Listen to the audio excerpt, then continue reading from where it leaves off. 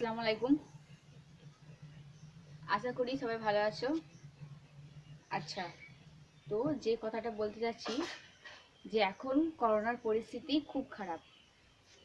তো খুব প্রয়োজন না থাকলে বাইরে বেরোনোর দরকার নেই। অতি প্রয়োজন ছাড়া বাড়িতে থাকার চেষ্টা করবে।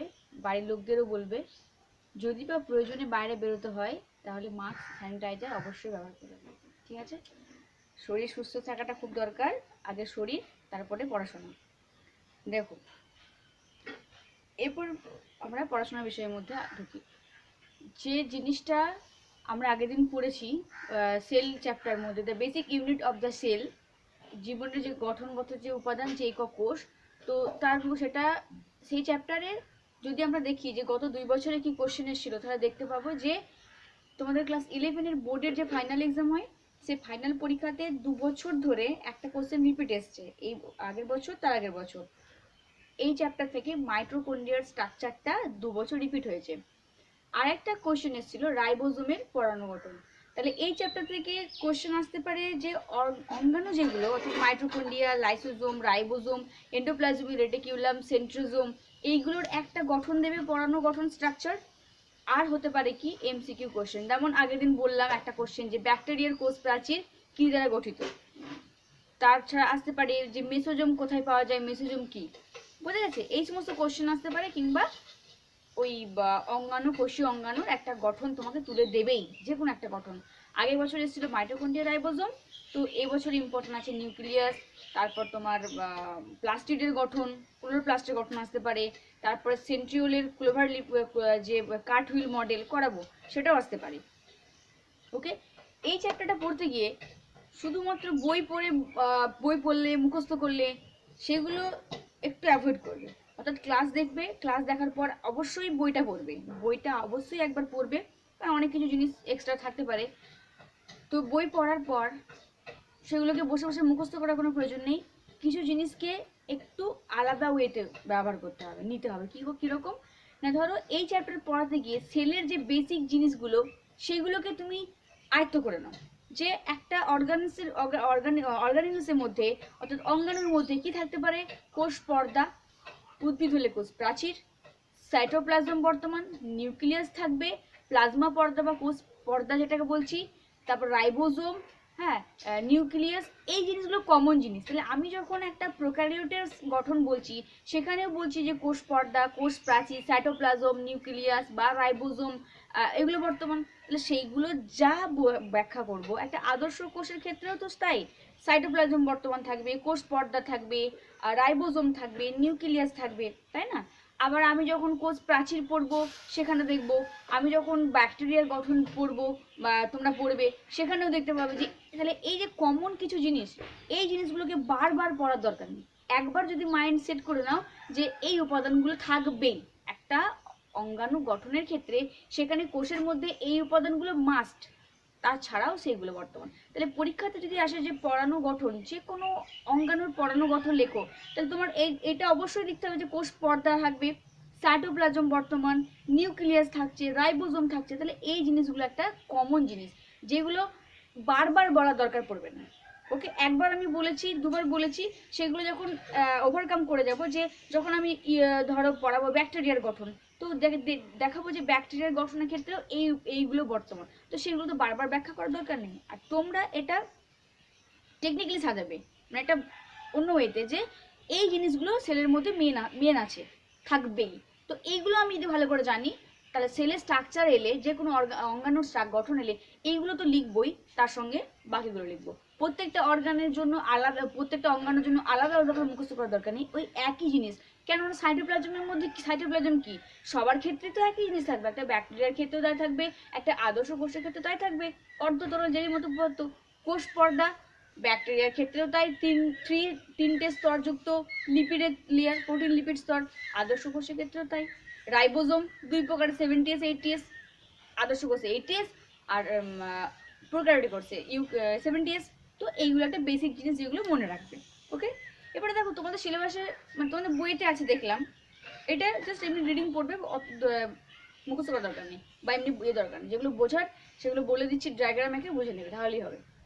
অর্থাৎ জিনিসগুলোকে আগে ভাবতে হবে যে একটা অঙ্গাণু পড়ার আগে যে এই অঙ্গাণু কি কি নিয়ে গঠিত, এটা আগে দেখতে হবে। বইটা খুলে পরপর মুখস্থ করে গেলাম সেটা নয়, বইটা খুলে আগে দেখতে হবে যে আচ্ছা এই ক্লাসে এই হয়েছে, তাহলে এই অঙ্গাণুটি অর্থাৎ ইউক্যারিওটিক কোষের গঠন বা প্রোক্যারিওটিক কোষের গঠন বা মাইটোকন্ড্রিয়ার গঠন বা রাইবোসোম গঠন প্রথম নিতে হবে যে সে কি কি অংশ নিয়ে গঠিত।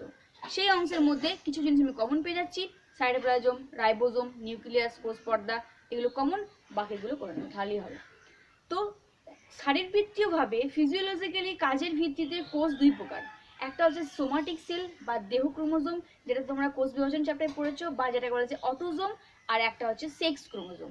দুই ধরনের কোষ, বা একটা হচ্ছে জনন কোষ বা রিপ্রোডাক্টিভ সেল। তো কোষ হ্যাঁ দুই ধরনের, ওটা তো ক্রোমোজোম ছিল, এটা যে তোমার কোষ। তাহলে সোমাটিক কোষ যেগুলো, যে কোষ দেহ গঠনে অংশগ্রহণ করে সেই কোষকে আমরা বলবো সোমাটিক সেল।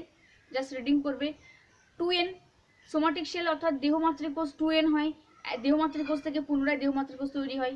আচ্ছা, আর যে রিপ্রোডাক্টিভ সেল জনন কোষ সেটা দুই প্রকারের, একটা হচ্ছে ডিম্বাশয় থেকে ডিম্বাণু আর শুক্রাশয় থেকে শুক্রাণু, অর্থাৎ স্ত্রীজনন কোষ এবং পুংজনন কোষ, তাই না? জনন মাতৃকোষে বিভাজনের ফলে কি হয়, এটা ধরো 2n, এটা জনন মাতৃকোষ, এই মাতৃকোষ বিভাজনের ফলে কি উৎপন্ন হবে, n সংখ্যক গ্যামেট উৎপন্ন হবে, অর্থাৎ স্ত্রী গ্যামেট, আর একটা হবে পুং গ্যামেট, তাই না? ফার্দার তো এই ক্রোমোজোমে পড়েছো XX আর XY, সেই XX বা XY অ্যাটাচ হয়ে যুক্ত হয়ে তখন আবার 2n জাইগোট তৈরি হবে। বোঝা গেছে? জনন কোষ দুই ধরনের, একটা তোমার পুংজনন কোষ, একটা স্ত্রীজনন কোষ, যেটা জননে সাহায্যকারী অঙ্গাণু গঠন করতে সাহায্য করে। স্ত্রীজননতন্ত্র, পুংজননতন্ত্র ডিম্বাশয় এবং শুক্রাশয় গঠনে সাহায্য করে। এরপরে দেখো রিডিং করবে, কোষ কয় প্রকার।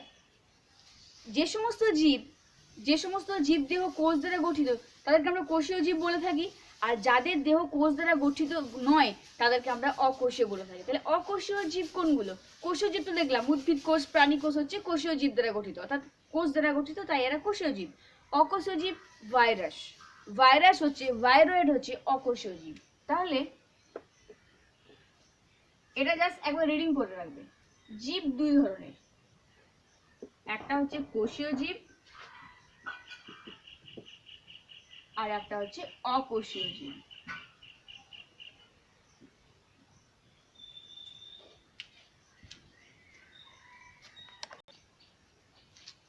দেখো তাহলে জীব বললাম দুই ধরনের, যারা কোষ দ্বারা, যে সমস্ত জীব কোষ দ্বারা গঠিত তাদেরকে বলা হয় কোষীয় জীব, আর যারা কোষ দ্বারা গঠিত না তাদেরকে বলা হচ্ছে অকোষীয় জীব। অকোষীয় জীব দুই ধরনের, একটা হচ্ছে ক্যাপসিড যুক্ত, একটা ক্যাপসিড বিহীন। ক্যাপসিড যুক্ত মানে ধরো এটা একটা ভাইরাসের গঠন এরকম হয়ে থাকে। তো ক্যাপসিড মানে হচ্ছে এই ভাইরাসের এই বাইরের যে খোলক দেখতে পাচ্ছ, এই বাইরের খোলক, সেই খোলক বা আবরণীকে বলা হচ্ছে ক্যাপসুল। তো কিছু কিছু ভাইরাস আছে যারা অকোষীয়, যাদের দেহ কি দ্বারা গঠিত, ক্যাপসিড বা বাইরে যে খোলক ক্যাপসিড দ্বারা গঠিত। ক্যাপসিড বিহীন, ক্যাপসিড যুক্ত ভাইরাস হচ্ছে আরএনএ এবং ডিএনএ নিয়ে গঠিত, আর ক্যাপসিড বিহীন ভাইরাস হচ্ছে ভাইরাস এবং প্রাণায়াস।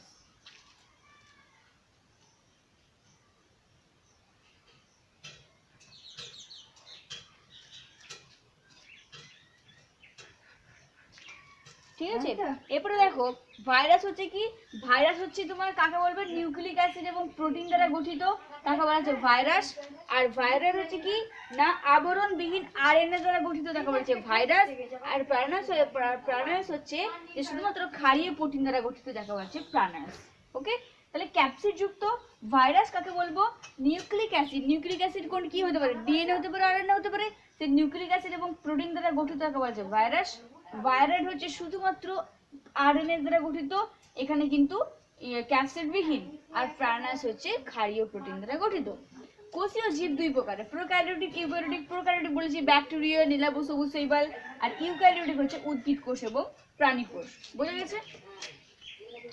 এবার দেখো একটা এমনি জাস্ট দেখাচ্ছি একটা জিনিস, যে একটা টি2 ফাজ ভাইরাসের কথা যদি আমি বলি, দেখো টি2 ফাজ ভাইরাস একটা সিম্পল একটা লাইফ তারা জীবনযাপন করে। আমরা যেমন একটা বহুকোষী প্রাণীদের ক্ষেত্রে বিভিন্ন কত জটিল, আমরা না আমাদের দেহের ফাংশন কত জটিল, দেহের গঠন, বাট একটা ভাইরাসের ক্ষেত্রে, একটা প্রোটোজোয়ার ক্ষেত্রে এটা তো ইউনিসেলুলার, তাদের ক্ষেত্রে এরা হচ্ছে তোমার কোষবিহীন, তো এদেরকে অকোষীয়, তাহলে এদের ক্ষেত্রে দেহের গঠনটা এতটাই সিম্পল।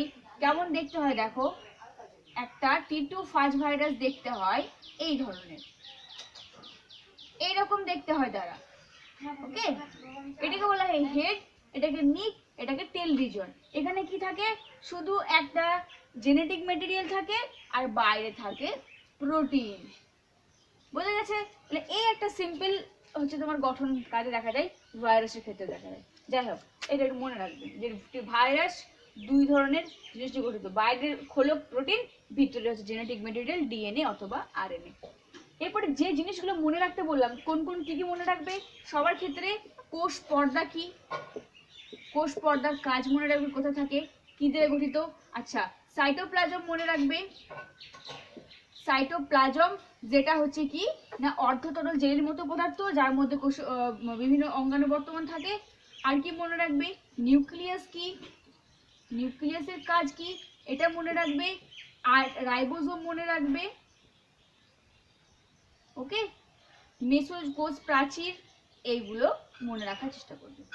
ওকে, এরপরে দেখো পরীক্ষাতে যেগুলো আসে, আগের দিন আমরা প্রোক্যারিওটসের গঠন দেখেছি, পরীক্ষাতে হয়তো একটু কথাটা অন্যরকম বলবে, বলবে যে প্রোক্যারিওটসের পরাণু গঠন বর্ণনা করো।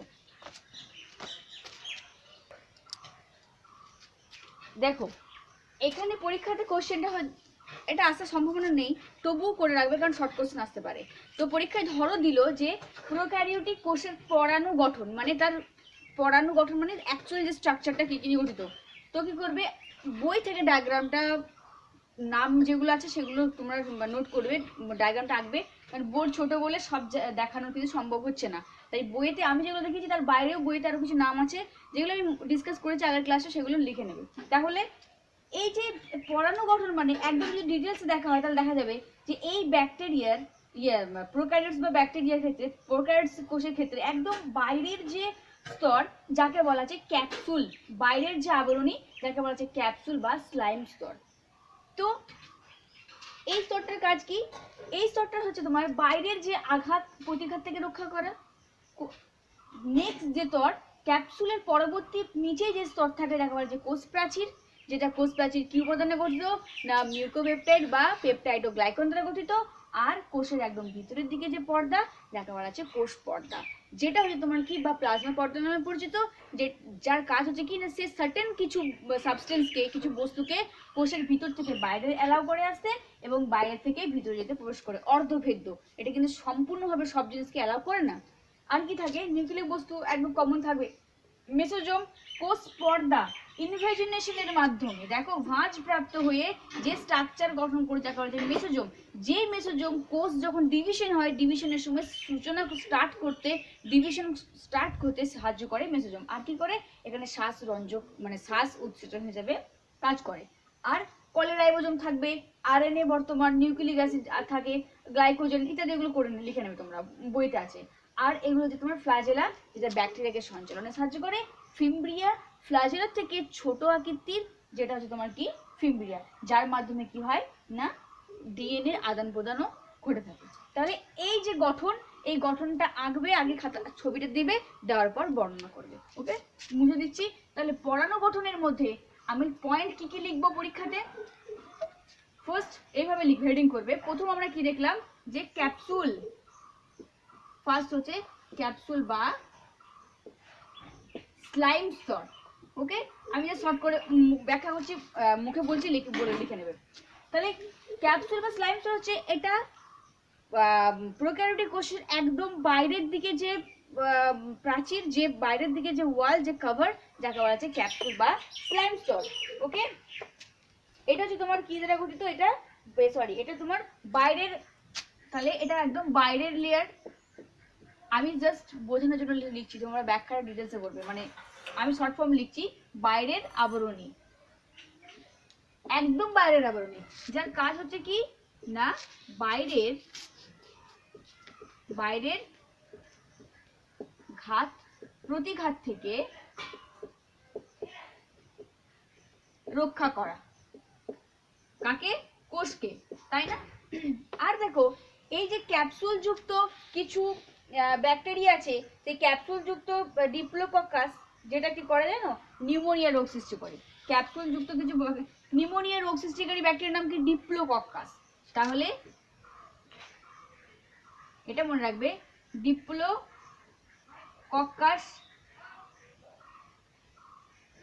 ব্যাকটেরিয়া যেটা হচ্ছে তোমার ক্যাপসুল যুক্ত, যেটা হচ্ছে ক্যাপসুল যুক্ত ডিপ্লোকক্কাস ব্যাকটেরিয়া কি রোগ সৃষ্টি করে? নিউমোনিয়া। এটা একটু মাথায় রাখবে। ওকে, তাহলে ক্যাপসুল হচ্ছে এই যে একটু আগেই বললাম, মুছে দিচ্ছি, ক্যাপসুল হচ্ছে একটু আগে যে বললাম যে অর্থাৎ এক ব্যাকটেরিয়ার একদম বাইরের যে ওয়াল সেটা হচ্ছে তোমার ক্যাপসুল বা স্লাইম স্তর, যে কি করবে? বাইরের ঘাত প্রতিঘাত থেকে রক্ষা করবে কোষকে। ওকে, আচ্ছা, এরপরে দেখো, এরপর আমরা প্রোক্যারিওটিক কোষের পর্ণ গঠনের দ্বিতীয় পয়েন্ট কি বলবো? কোষ প্রাচীর। তোমরা যে কোনো পয়েন্ট দিতে পারো, কোনো ব্যাপার নাই, যা ইচ্ছা। কোষ প্রাচীর গঠন, কোষ প্রাচীর গঠন। তো কোষ প্রাচীর হচ্ছে তোমার ব্যাকটেরিয়ার যে কোষ, সেই প্রোক্যারিওটিক কোষের এই যে ক্যাপসুল লেয়ার, সেই ক্যাপসুল স্তরের পরবর্তী বা ক্যাপসুল লেয়ারের নিচের যে স্তরটা, সেই স্তরটাকে বলা হচ্ছে কোষ প্রাচীর। কোষ প্রাচীর, যে কোষ প্রাচীর কি দ্বারা গঠিত? না পলিপেপটাইড বা মিউকো, এটা তোমার মিউরিন দ্বারা গঠিত, বা পেপটাইডোগ্লাইকান, এটা মিউরিনই বলবে, হ্যাঁ, মিউরিনও বলা হয় একে। তাহলে মিউরিন, মিউকোপেপটাইড বা পেপটাইডোগ্লাইকান দ্বারা গঠিত কোষ প্রাচীর, যেটা ক্যাপসুল বা স্লাইম স্তরের নিচের দিকে অবস্থিত। এই কাজটা কি? কোষকে যান্ত্রিক দৃঢ়তা প্রদান করা। তাহলে এই কোষ প্রাচীরের কাজ হচ্ছে, এটা মনে রাখবে, কোষকে যান্ত্রিক দৃঢ়তা প্রদান করা। এবারে দেখো এই যে কথাগুলো বলছি, এইগুলো যখন এরপরই পড়াবো ব্যাকটেরিয়ার গঠন, আমি কিন্তু আর রিপিট করবো না, কারণ একই জিনিস। কোষ প্রাচীর সেই মিউরিন দ্বারা গঠিত, পেপটাইডোগ্লাইকান দ্বারা গঠিত, কাজ যান্ত্রিক দৃঢ়তা বজায় রাখা। কোষ পর্দা, তারও সেই একই কাজ। তো এইগুলো বারবার রিপিট হতে থাকবে। ওকে, বোঝা গেছে? এরপরে হচ্ছে তোমার কি? কোষ পর্দা বা প্লাজমা পর্দা। তাহলে প্রোক্যারিওট কোষের মধ্যে আর কি গঠন লক্ষ্য করা যেতে পারে? প্লাজমা পর্দা, প্লাজমা মেমব্রেন और বা কোষ পর্দা। ওকে, কোনটাকে বললাম? যে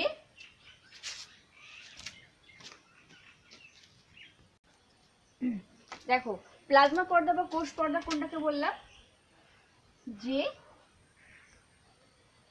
ক্যাপসুল লেয়ার, কোষ প্রাচীর, আর তাই না, এই যে ভিতরের দিকে, অর্থাৎ কোষ প্রাচীরের ভিতরের দিকে যে লেয়ার, তাকে বলা হচ্ছে কোষ পর্দা।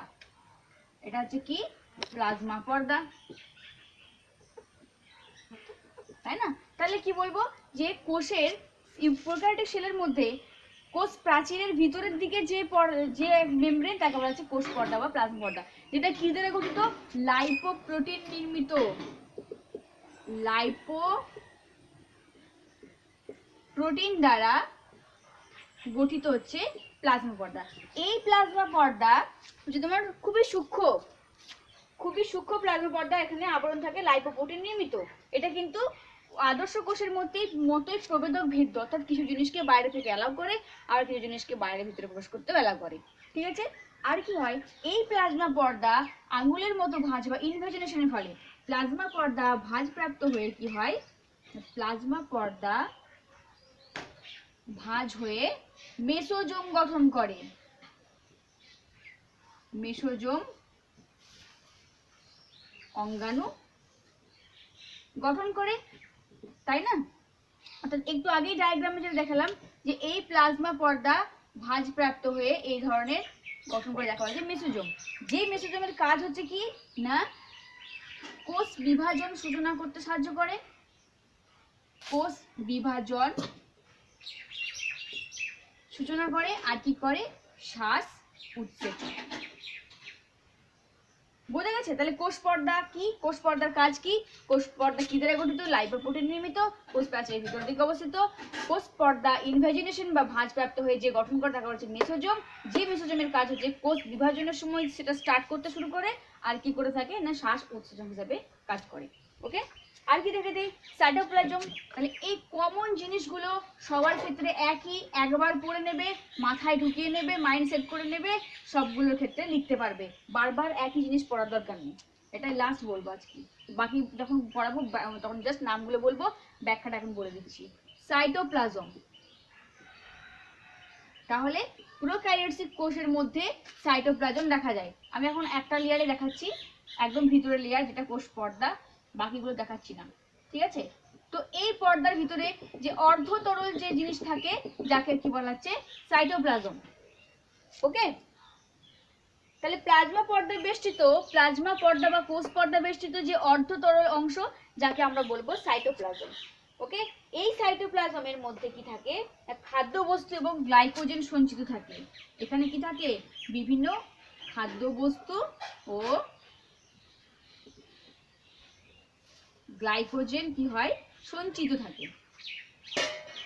সাইটোপ্লাজমের মধ্যে খাদ্যবস্তু, গ্লাইকোজেন কি হয়, সঞ্চিত অবস্থায় থাকে, ঠিক আছে? আর এখানে কি হচ্ছে, এই সাইটোপ্লাজমের মধ্যে কোনো ভ্যাকুয়েল থাকে না। সাইটোপ্লাজমের মধ্যে প্রোক্যারিওটিক কোষে কোনো ভ্যাকুয়েল থাকে না, ঠিক আছে? আর কি দেখা যায়, এখানে রাইবোজোম বর্তমান থাকে, এন্ডোপ্লাজমিক সাইটোপ্লাজমিক এন্ডোপ্লাজমিক মেমব্রেন এবং পর্দাঘেরা কোষাঙ্গাণু। প্রোক্যারিওটস কোষের ক্ষেত্রে সাইটোপ্লাজম হচ্ছে প্লাজমা পর্দা বেষ্টিত একটা অর্ধতরল, যে অর্ধতরলের মধ্যে হচ্ছে তোমার কি থাকে, খাদ্যবস্তু এবং গ্লাইকোজেন সঞ্চিত থাকে। প্রোক্যারিওটস কোষের ক্ষেত্রে সাইটোপ্লাজমের মধ্যে ভ্যাকুয়েল থাকে না, এন্ডোপ্লাজমিক রেটিকুলাম বা অন্যান্য কোষীয় অঙ্গাণু থাকে না, ক্লিয়ার? কিছু রাইবোজোম দানা এখানে বর্তমান থাকে, যেটা 70s প্রকৃতির, তাহলে মনে রাখবে। আচ্ছা, আর কি দেখা যায়, জেনেটিক পদার্থ। প্রোক্যারিওটিক কোষের পরাণু গঠনের মধ্যে কিছু জেনেটিক পদার্থ দেখা যায়। ফিফথ পয়েন্ট আমরা বলতে পারি যে এর গঠনের মধ্যে জেনেটিক পদার্থ, ঠিক আছে? কোষ পর্দা, এখানে কি থাকে, এইভাবে জেনেটিক পদার্থ বর্তমান থাকে, ঠিক আছে? সাইটোপ্লাজমের একদম এক প্রান্তে প্লাজমা পর্দা সংলগ্ন চক্রাকার একটা ডিএনএ থাকে। কেমন দেখতে জানো, এটা সাইটোপ্লাজম এক ধারে। সাইটোপ্লাজমের মধ্যে এক ধারে কি হয় না, জেনেটিক বস্তুগুলো অবস্থান করে।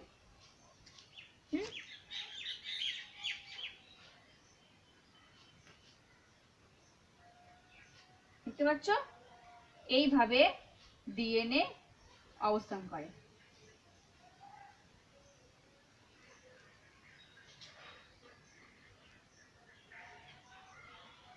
ওকে, আর কি থাকে, কিছু প্রোটিন থাকে, আরএনএ থাকে। তাহলে এখানে কিছু প্রোটিন নির্মিত বর্তমান থাকে অবশ্যই, কারণ কোষ সৃষ্টির প্রথম যখন আমরা যদি ইভলিউশন করি, তাহলে দেখবো সেল সৃষ্টির জন্য প্রথম যে উপাদান সেটা হচ্ছে প্রোটিন, ঠিক আছে? আর বললাম যে যেহেতু প্রোক্যারিওটসের ক্ষেত্রে তো আরএনএ বা ডিএনএ থাকবেই, তাই না? আদি সেল যেহেতু, তাহলে এগুলো হচ্ছে ডিএনএ, কুণ্ডলীকৃত ডিএনএ। ডিএনএ কিন্তু ডাবল স্ট্যান্ডার্ড নয়, মনে রাখবে, কুণ্ডলীকৃত ডিএনএ, এটা হচ্ছে আরএনএ। আর এই যে সবুজ সবুজ দেখেছি, এগুলো হচ্ছে প্রোটিন। ওকে, তো জেনেটিক পদার্থ কি হচ্ছে, এই যে সাইটোপ্লাজমের এক সাইডে, সাইটোপ্লাজমের এইভাবে এক ধারে কি হচ্ছে না, এই জেনেটিক পদার্থ ডিএনএ এবং প্রোটিন অবস্থিত, ঠিক আছে? তো এই নিউক্লিয় পদার্থ আবরণবিহীন, একে নিউক্লিয়েট বা জেনোফোর বলা হয়। এই যে নিউক্লিয় পদার্থ সেটা আবরণীবিহীন, তাহলে আবরণ পর্দাবিহীন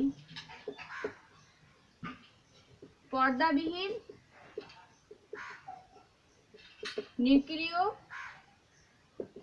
পদার্থকে বলে কি বলে, জেনোফোর, তাই তো?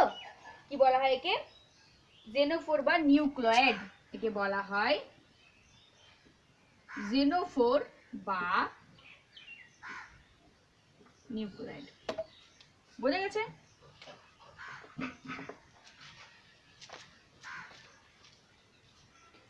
তাহলে সাইটোপ্লাজমের মধ্যে যখন নিউক্লিক অ্যাসিড বর্তমান থাকে, নিউক্লিক অ্যাসিড মানে ডিএনএ আর আরএনএ এবং প্রোটিন দ্বারা গঠিত। ডিএনএ যখন তোমরা পড়বে, ডিএনএ পড়বে তোমাদের আছে কি দেখতে হবে, তখন সেখানে ডিটেলস আছে। তাহলে সেই পর্দাবিহীন নিউক্লিক অ্যাসিডকে বলা হচ্ছে, এই নিউক্লিক অ্যাসিডের পর্দাবিহীন, যাকে জেনোফোর বা নিউক্লিয়েট বলা হয়। তাহলে এই পর্ণ গঠনের মধ্যে এটা পড়ছে। তারপর হচ্ছে তোমার কি প্রোক্যারিওটসের পর্ণ গঠনের মধ্যে আমরা কি বলতে পারি, দেখেছি যে আর কি থাকে, ফ্লাজেলা থাকে, তাই না? আমরা 6 পয়েন্ট বলতে পারি। ফ্লাজেলা বর্তমান, কোনগুলো বললাম ফ্লাজেলা?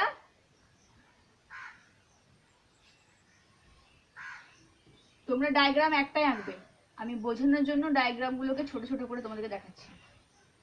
এই যে অংশ যেটাকে আমরা বলছি ফ্লাজেলা, যে ফ্লাজেলা কি করতে সাহায্য করে, ব্যাকটেরিয়াকে সঞ্চালনে সাহায্য করে। এক বা একাধিক ফ্লাজেলা থাকতে পারে, কিন্তু শুধু একটাই থাকবে নয়, প্রোক্যারিওটিক কোষের মধ্যে একাধিক ফ্লাজেলা থাকতে পারে। এর কাজ হচ্ছে কি না, ব্যাকটেরিয়াকে সঞ্চালনে সাহায্য করে। ওকে, আচ্ছা আর কি দেখলাম আমরা, ফিমব্রিয়া। ফিমব্রিয়া দেখা যায়, ফিমব্রিয়া হচ্ছে কি, এই যে ফ্লাজেলার থেকে ছোট, ফ্লাজেলার থেকে ছোট যে অংশ যাকে বলা হচ্ছে ফিমব্রিয়া, এটা হচ্ছে ফিমব্রিয়া। ওকে, বা ফিমব্রি বলা হয় বা প্রিলি, একে ফিমব্রিয়া বলা হয়, বা একে বলা হয় প্রিলি, বা একে বলা হয় ফিমব্রি, একই জিনিস। তো ফ্লাজেলার থেকে ছোট আকৃতির যে গঠন, সূক্ষ্ম তন্তুর মতো, যাকে বলা যায় প্রিলি বা ফিমব্রি, এটা কি সাহায্য করে না, ব্যাকটেরিয়াকে কোনো একটা তলের সঙ্গে আটকে রাখতে সাহায্য করে। তাহলে এর কাজ কি না,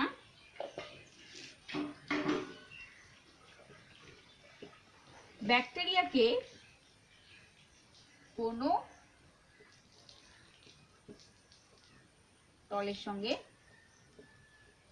আটকে রাখতে সাহায্য করে। বোঝা গেছে প্রিলি ফিমব্রি কি? এছাড়াও এই যে ফিমব্রি বা প্রিলি, যার সাহায্যে কি হচ্ছে, ডিএনএ এর আদান প্রদান হয়। অর্থাৎ ক্লাস 12 একটা মডেল আছে, হার্সে-জেসের মডেল, যেখানে দেখবো যে ভাইরাসের, ব্যাকটেরিয়ার দেহে যে ডিএনএ, সেই ডিএনএ ভাইরাসের দেহে কনভার্ট হয়, আবার সেই ডিএনএ ট্রান্সফার হয় একটা সেল থেকে আরেকটা সেলে। তো সেখানে ক্ষেত্রে কার দ্বারা হয়ে থাকে, এই ফিমব্রিয়া বা প্রিলির সাহায্যে আদান প্রদান হয়ে থাকে। ওকে, যেগুলো হচ্ছে ফ্লাজেলা থেকে ছোট এবং সূক্ষ্ম গঠন। তাহলে ক্লিয়ার? ঠিক আছে, তাহলে এই যে গঠনগুলো, এই গঠনগুলো হলে, তাহলে এছাড়াও তুমি আরো পয়েন্ট দেবে যে এর মধ্যে কি থাকে, রাইবোসোম থাকে, অনেকগুলো রাইবোসোম একসঙ্গে যুক্ত হয়ে পলিরাইবোসোম গঠিত হয়েছে, এখানে কোনো ভ্যাকুয়েলস থাকে না, তারপরে এন্ডোপ্লাজমিক রেটিকুলাম এখানে কোনো বর্তমান থাকে না, নিউক্লিয় পর্দা এখানে থাকে না, এই বৈশিষ্ট্যগুলো সব দিতে পারো পর্ণ গঠনের মধ্যে। ওকে, তাহলে প্রোক্যারিওটিক কোষের পর্ণ গঠন বোঝা গেছে। সাধারণত এই যে 6-7টা 12টা পয়েন্ট যেগুলো থাকবে কমন, তাছাড়াও বাকিগুলো লিখবে। ওকে, এরপরে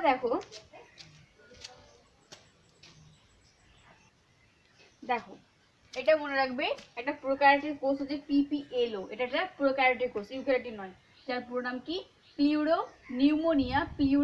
নিউমোনিয়া লাইক অর্গানিজম, অর্থাৎ প্লিউরো নিউমোনিয়ার মতো, অর্থাৎ নিউমোনিয়া সৃষ্টিকারী, রোগ সৃষ্টিকারী জীবাণুর মতো কিছু ব্যাকটেরিয়া। ওকে, আর একে মাইক্রোপ্লাজমা বলা হয়ে থাকে, ব্যাকটেরিয়া। এরপর আমরা দেখবো যে একটা ব্যাকটেরিয়া, যেটা বলছি আদর্শ ব্যাকটেরিয়া না সরি, একটা ব্যাকটেরিয়া, প্রোক্যারিওটস মানে ব্যাকটেরিয়া, তো সেই ব্যাকটেরিয়ার গঠন চিত্র, একটা ব্যাকটেরিয়া পার্টিকুলার তোমাদের সিলেবাসে আছে, যেমন ই কোলাই,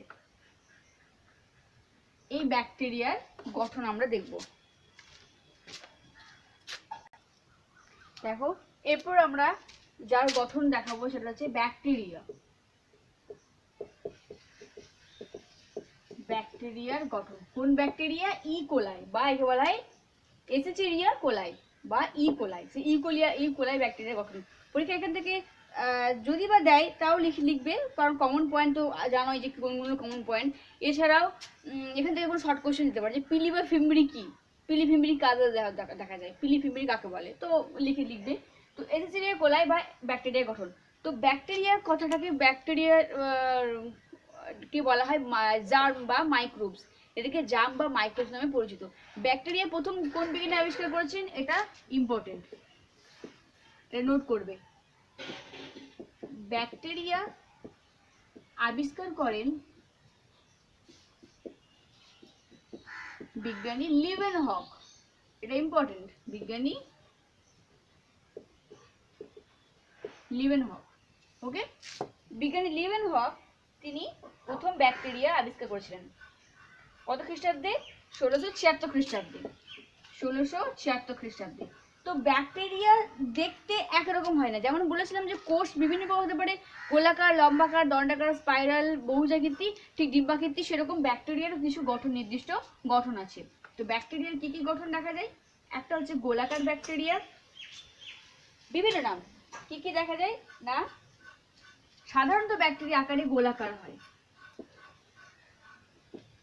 গোলাকার ব্যাকটেরিয়া যাকে কি বলা হয় জানো? যাকে বলা হয় কক্কাস। তাহলে গোলাকার ব্যাকটেরিয়াকে দেখা যায়, যাকে বলা যায় কক্কাস। আচ্ছা, কিছু দণ্ডাকার ব্যাকটেরিয়া পাওয়া যায়, মানে লম্বা এরকম রডের মতো। দণ্ডাকার ব্যাকটেরিয়া ব্যাসিলাস। ব্যাসিলাস হচ্ছে, ব্যাসিলাসের মধ্যে কি পাওয়া যায়? দণ্ডাকার ব্যাকটেরিয়া। দণ্ডাকারী ব্যাকটেরিয়া পাওয়া যায়। প্যাঁচালো ব্যাকটেরিয়াকে বলা হয়, প্যাঁচালোকে বলা হচ্ছে স্পাইরাল ব্যাকটেরিয়া। আর কিছু নাম আছে, সেটা হচ্ছে তোমার ডট বা চিহ্নের মতো। এই যে ডট বা চিহ্নের মতো দেখা যায় ভিব্রিও। ওকে, তাহলে গোলাকার, দণ্ডাকার, প্যাঁচালো বা ডটের মতো ব্যাকটেরিয়া লক্ষ্য করা যায়। গোলাকার হতে পারে, লম্বা রডের মতো দেখা যায়, এরকম ভাবে পেঁচিয়ে অবস্থান করে, আর এই ডটের মতো বিভিন্ন শেপে। তো বেশিরভাগ ব্যাকটেরিয়ার শেপ দেখতে কেমন হয়? গোলাকৃতি হয়ে থাকে। ওকে, এরপরে আমরা দেখবো যে এই ব্যাকটেরিয়ার গঠন। প্রথমে বললাম যে কোনো জিনিসের গঠন করতে গেলে প্রথমে দেখে নেবো যে কি কি জিনিস নিয়ে গঠিত, তারপর আমরা সেগুলোকে ব্যাখ্যা করবো। ব্যাকটেরিয়া কোষের প্রধান অংশগুলো কি কি? ব্যাকটেরিয়া কোষের প্রধান অংশ কি কি? এক হচ্ছে তার কি, তোমরা বলবে তা কি থাকবে? কোষ আবরক। সামনে থাকলে অবশ্যই জিজ্ঞাসা করতাম। কমন জিনিস কোনগুলো? কোষ আবরক বা আউটার কভারিং, কোষ পর্দা, আর কি থাকবে? কোষ প্রাচীর, আর কমন যেগুলো সাইটোপ্লাজম, কারণ এটা তো একটা ইউক্যারিওটিক কোষ, তাই না? ইউক্যারিওটিক হোক প্রোক্যারিওটিক হোক, এগুলো তো মাস্ট থাকবে। সাইটোপ্লাজম, আর কি থাকবে? মেসোজোম, কারণ প্রোক্যারিওট যেহেতু, মেসোজোম। আচ্ছা, আর কি গঠন দেখা যাবে? নিউক্লিয়িক অ্যাসিড, নিউক্লিয় পদার্থ। আচ্ছা, আর কি ব্যাকটেরিয়া কোষের প্রধান আর কি অংশ দেখা যেতে পারে? না, প্লাজমিড দেখা যায়। এটা বাড়তি পয়েন্ট হলো প্লাজমিড। আর লক্ষ্য করা যায় প্রিলি আর ফিম্বরি। ওকে, প্রিলি আর ফিম্বরি দেখা যায়। ঠিক আছে, আর কি লক্ষ্য করা যায়? ফ্লাজেলা, আর লক্ষ্য করা যাবে ফ্লাজেলা।